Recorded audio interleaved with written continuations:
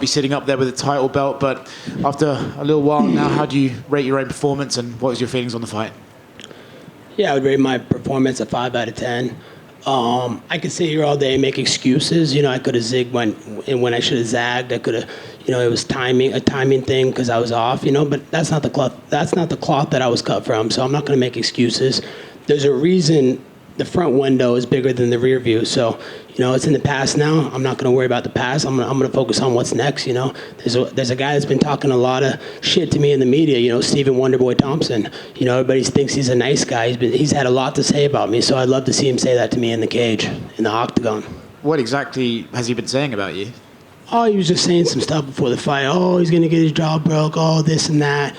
He's always talking shit, throwing shade. So I'd love to see him say it to my face. He's always got things to say to you guys in the media, but I've never seen him come up to me face to face. We were backstage at the press conference. He kept his head down the whole time.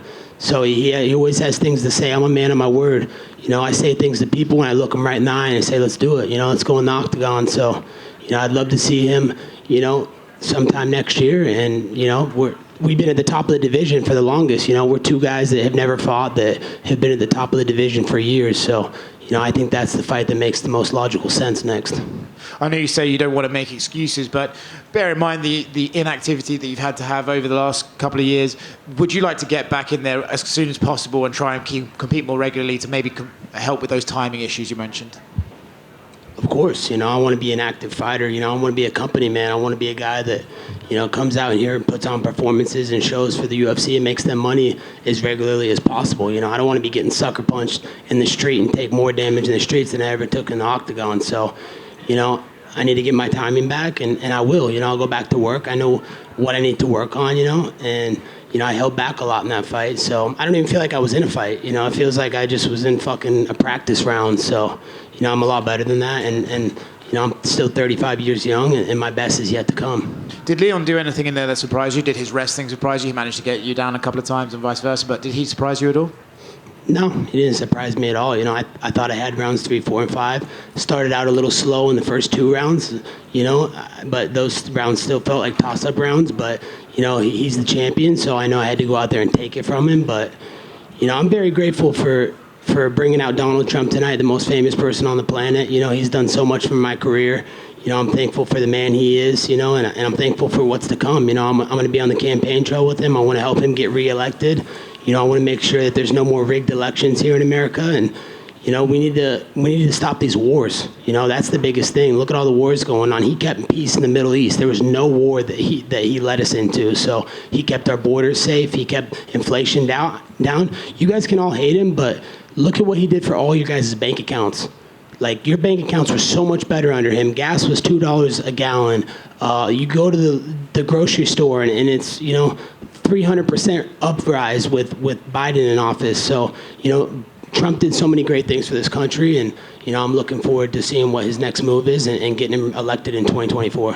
Last one from me, and I feel like I know what your answer will be on this, but Leon mentioned in the cage how your comments at the press conference really sort of emotionally hurt him, and he struggled with that, and the death of his father still weighs on him heavy. Do you maybe regret those comments and think, actually, okay, that was one time I maybe did go a little bit too far?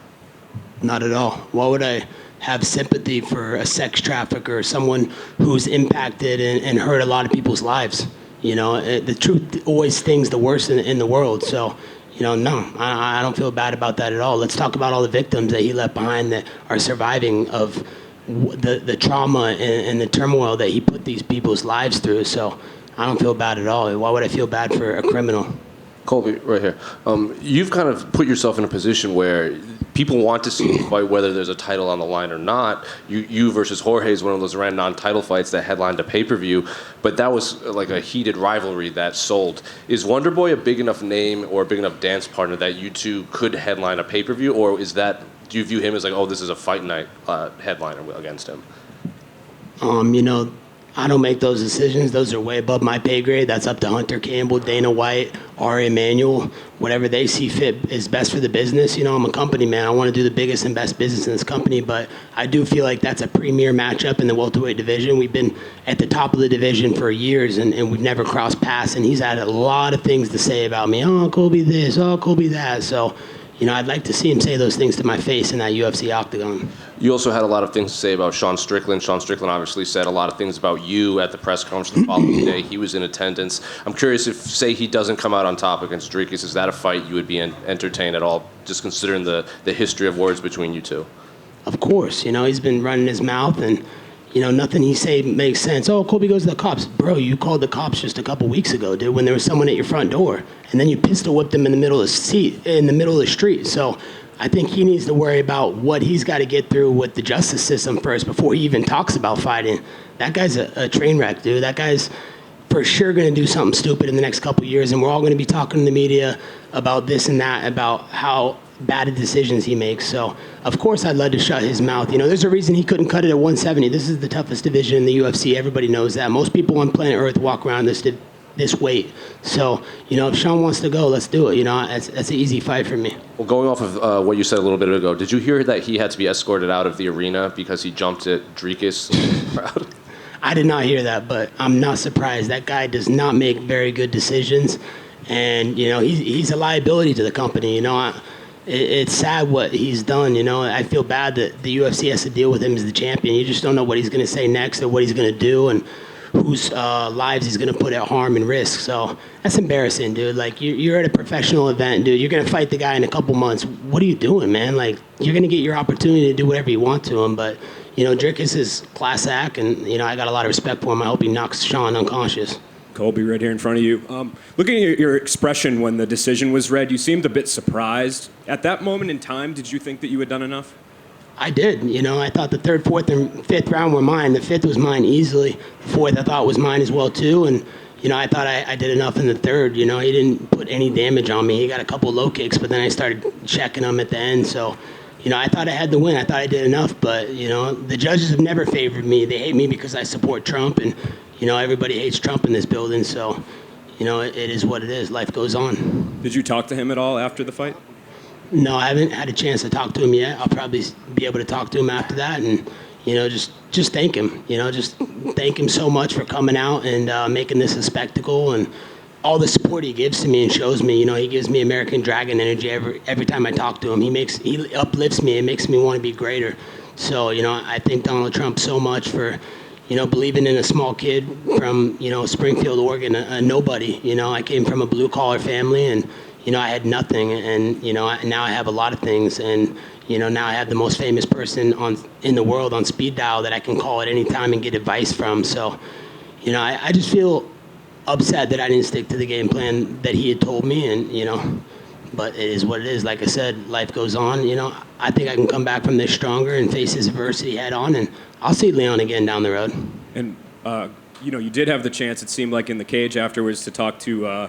Or yell at back and forth with Leon's corner. I guess, what were you guys saying to one another back and forth there? He was just saying headshot dead. I'm like, bro, you don't even have guns in the UK. What are you fucking talking about, dude? You fucking bow to a king, dude. I don't fucking bow to nobody.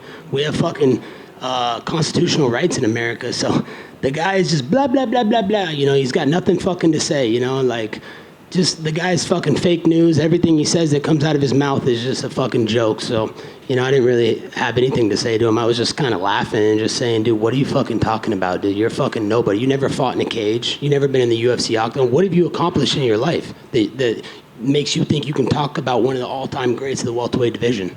Colby over here. What was that game plan Donald Trump had formulated for you? Yeah, he said, let's get on him. Let's get on him early. Let's put that cardio on him. You can take this guy down at will, and it just took me a little bit to get going.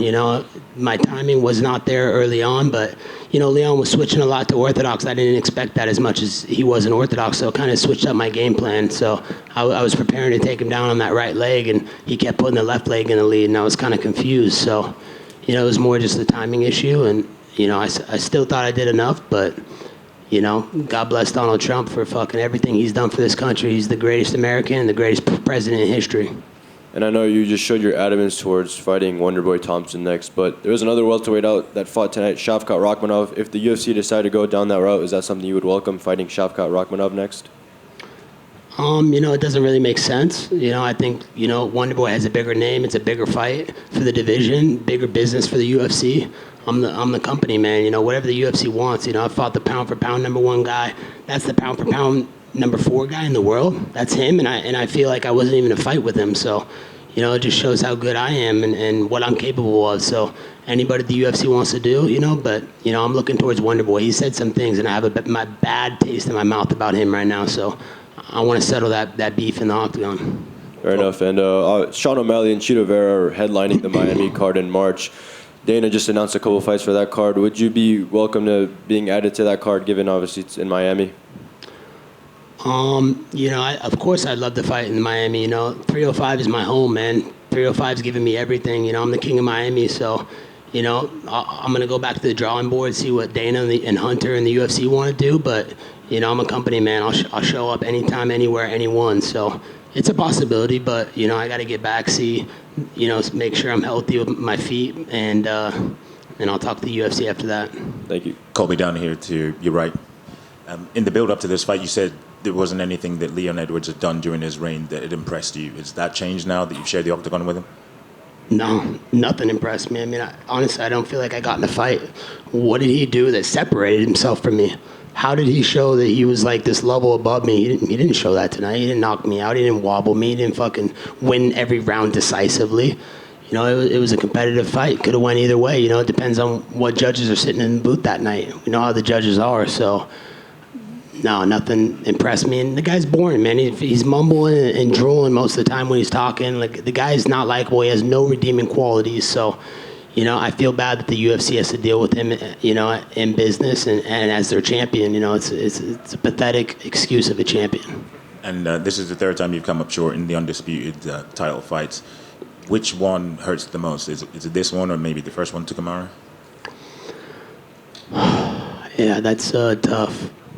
You know, they all hurt the same. They all sting, you know, because I feel like I was right there and I had what it took to win. But I just, you know, took my foot off the gas pedal and didn't put it down as hard and believe in myself like I know I'm capable of doing. So, I don't know. They all sting, you know. They don't feel good, you know. They're all fucking, they all suck. But, you know, I got a great support system. You know, I got my coaches, Daniel Valverde, Cesar Carnero, amazing coaches. I got my friends, Michael Wall, done so much for me. Michael Lehman's done an incredible job for me. You know, I got some great people in my corner. They're going to lift me back up and make sure that I come back from this stronger. And, you know, this is just a lesson learned, another lesson in life, man. That's what life's all about, learning lessons and coming back better from them. Thank you. Colby here. You didn't try to take Leon down until round 3. Was that the original plan, or did you think you left it a little bit too late to implement that game plan? He was switching a lot to orthodox, so I kind of got a little confused. I didn't want to rush in on the left side because that's his, you know, dominant side. He's a southpaw. He was doing that intentionally. I feel like he was setting up like a knee or a kick on that side. So, yeah, I wasn't ready for him to be in the orthodox as much as he was. But, yeah, I didn't pull the trigger, you know, no excuses, man. You know, it is what it is. It's in my rear view now, and I'm going to come back from it better. People talk about Colby the person and Colby the character. Is that even a thing in your eyes? No, not at all. There is no character. I'm a guy that just turns it up to 11. I don't care what people think of me, man. You can hate me, you can love me, you can be indifferent. It makes no difference. You know, I'm here to do the biggest and best business for this company. I love this company. You know, I just signed a new contract with him, so I'm not going anywhere anytime soon. I'm going to be around for many years to come. So, you know, the best is yet to come for me. I truly believe that, and I'm going to create a lot more special moments in this company, and I'm going to keep making history. That's what I've done since the beginning, and, you know, my legacy is not set yet. Last one for me. Are you going to try to dispute the decision tonight like Donald Trump tried to dispute the election in 2020? I mean, the 2020 election was clearly rigged. Look at all the voter fraud, all the mail-in voting, this fake fucking COVID. You guys are all doing triple vaccines, you know. You got Travis Kelce out there, Mr. Pfizer, saying, "Oh, get 2 vaccines at the same time." You get 2. Okay, I'm not. Even if you're pro-vaccine or not pro-vaccine, if you're getting 2 vaccines at the same time, then you're not going to know which one's going to give you the ill effect. Like, how are you going to know? So, You know, it's a complete scam what's going on in this country. The fact that you guys aren't smart enough to realize that and that the government and the establishment is treating you all like puppets, it's embarrassing, man. So obviously that was a rigged election. There's so much fucking voter fraud, mail-in ballot fraud, and, you know, tonight was another case of that, just some bad judges. Colby, just down to your right. I know it might not matter right now, but in your pre-fight face-off with Leon on Friday evening, a lot of people were wondering whether you said I was in character or thought it was a character. Can you just sort of clear up what one it was? Yeah, I never said that. I said, no, I said, you thought I was a character. No, I'm not a character, man. I say whatever I want, whenever I want. That's what bosses do, you know? So I just let him know. I thought, because he kept saying, in the lead up, everything's a character that Cole played. I said, yeah, it was a character? Yeah, tell me now it was a character. I don't play a character, man. I'm just myself. I don't give a fuck what people think of me. Why would I care what you guys think about me? All my haters in the world are not doing better than me. I'm up here headlining events, fucking selling pay-per-views, fucking getting the most famous person on planet Earth to come support me. So why would I give a fuck about what any of you say or think of me? And a lot's been made about you don't really cut much weight to make 170. Any chance of a move down in weight class, or are you not really thinking about that in a minute? You know, I don't want to be a weight bully. You know, that's everything I stand against. You know, I'm trying to be the new generation of fighter that just fights at his natural weight. You know, I don't want to cut weight. You know, I just want to feel good when I fight and you know, not have to get that big advantage. I feel like cutting that type of weight is legal cheating. So I don't want to be a cheater. I've never been a cheater, never done a steroid, never cheat when I'm in the octagon. I fight fairly and I do everything by the book. So, you know, it's not something I'm interested in. You know, I want to fight everybody at my weight at 170 and prove I'm the best in the world and come back stronger from this. If DC could be fighting and winning world titles at 41, there's no reason I can. That's still 6 years away from me. So, yeah, I'm not going anywhere anytime soon. It doesn't matter how much you guys hate me. Colby, I've got to ask, you talked about the haters that you have, but you got cheered, you got a big pop when you came out, but towards the end of the night after the decision, you got booed. Do you feel like you let your fans down tonight? No, I don't feel like I did. I feel like, you know, I came and put on a show for them, you know, all week. You know, I entertained them in and outside the octagon. That's what it's all about, giving them their money's worth. You know, they pay their hard-earned dollars to come to these events, and they want to be entertained. They want to be distracted from whatever is going on inside their life. So, you know, I feel like, you know, it's upsetting that I didn't bring them the title that they know that we're capable of, but you know, we dust ourselves up, we get back up, and we come back stronger from it. And still have a great support system, you know, great sponsors. You know, shout out to MyBookie, the best, the king of sports books. Shout out to Happy Dad. They've done so much for me. Kyle Forgard has helped me train and get my conditioning to another level. So we're just going to go back to the drawing board, keep training, and come back stronger from this. Colby, right down the middle. In your opinion, who has the best shot at beating Leon, Shavkat or Bilal? Probably shit rat, you know, just because we saw the first fight with Bailey, the racist, you know, and who wants to put a racist in a main event pay-per-view title fight? I mean, they already made that fight before and nobody watched it, and that was during COVID when nobody had anything else to do. So how are you going to sell that as a pay-per-view? That's not a pay-per-view worthy main event.